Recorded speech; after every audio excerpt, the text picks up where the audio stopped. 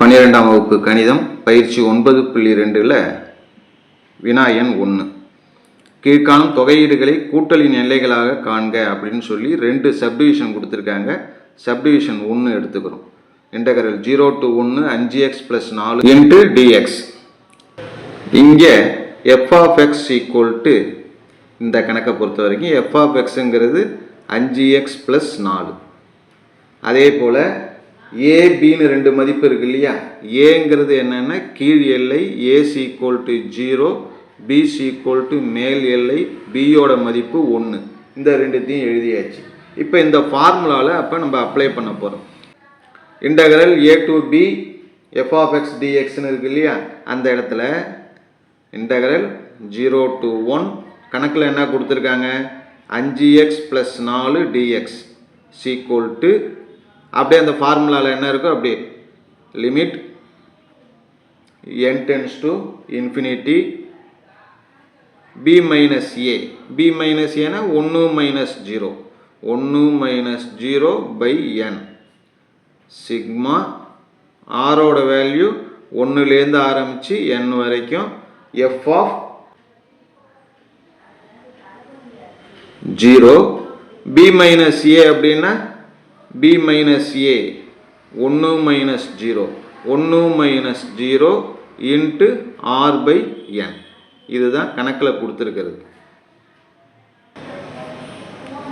equal to limit n tends to infinity இங்கே 1 by n sigma r equal to 1லேருந்து n வரைக்கும். இந்த இடத்துல f of இங்கே உள்ளார என்ன வரும்? 0லாம் விட்டுடுங்க, 1 இருக்குது. 1 into r by n, r by n முடிஞ்சுதா? equal to limit n tends to infinity 1 by n sigma r equal to 1 to n f of r by n. x வர இடத்துல இங்கே என்ன செய்ய போகிறோம்? r by n போட போகிறோம். 5 r by n plus 4 அப்படிங்கிறது தான் இப்போ இந்த இடத்துல நமக்கு கிடைக்கிறது. Limit n tends to infinity 1 by n. இந்த லிமிட்டை வந்து என்ன செய்ய போகிறோம்? 2ஆக பிரிக்க போகிறோம். ஒன்று வந்து sigma r equal to 1லேருந்து n வரைக்கும் 5r by n, இது ஒரு லிமிட்டு, ப்ளஸ் மறுபடியும் ஒரு தடவை r equal to 1லேருந்து n, இங்கே இருக்கிற 4 2ஆக பிரிச்சாச்சு. இப்போ அடுத்தது என்ன செய்ய போகிறோம்? இதையும் இன்னும் கொஞ்சம் சுருக்கணும். Limit n tends to infinity 1 by n, இங்கே இருக்கிறது அப்படியே இருக்கட்டும். எது? r equal to 1லேருந்து n வரைக்கும் 5r by n அப்படிங்கிறது அப்படியே இருக்கட்டும். இங்கே இருக்கிறதுல 4 வெளியில் எடுத்துட்டோம்னா 4ங்கிறது கான்ஸ்டன்ட், அதை வெளியில் எடுத்துட்டா sigma r equal to 1லேருந்து n, 4 வெளியில் எடுத்துட்டா அந்த இடத்துல என்ன வரும்னா சிக்மா 1 வரும். equal to limit n tends to infinity 1 by n. இந்த கான்ஸ்டன்ட் இருக்கு இல்லையா 5 by n, அது அப்படியே இருக்கட்டும். இப்போ 5 by n எடுத்துட்டா 6ன்னு இருக்குது. 6க்கு பதிலாக என்ன நம்பர் கொடுக்கணும்? 1லேருந்து n வரைக்கும். 1 கொடுத்தோம்னா 1, அப்புறம் 2 கொடுத்தா 2, 3 எக்ஸட்ரா எது வரைக்கும்னா n வரைக்கும் கொடுக்கணும். இது முதல்ல இருக்கிற இந்த சம். அடுத்தது ப்ளஸ் 4. இந்த இடத்துல என்னென்னா sigma r equal to 1லேருந்து n வரைக்கும் அப்படின்னா இந்த 1 அப்படிங்கிறது rக்கு 1 கொடுக்குறப்போ ஒரு தடவை, r equal to 2ன்னா 2 தடவை வரும். அதுமாரி மொத்தம் எத்தனை தடவை வரும்னா n தடவை வரும். அதனால் 4n அப்படின்னு எழுதிக்கிறோம். equal to limit n tends to infinity 1 by n. இந்த 5 by n இருக்கு இல்லையா? அந்த 5 by n அப்படியே இருக்கட்டும். இந்த இடத்துல வந்து நல்லா கவனிச்சிங்க, நமக்கு கணக்கில் இங்கே என்ன வந்திருக்கு? 1, 2 எக்ஸட்ரா n, முதல் 7 எண்களின் கூடுதல் formula n into n plus 1 by 2 இருக்கு இல்லையா? அதை எடுத்து எழுதிட வேண்டியது.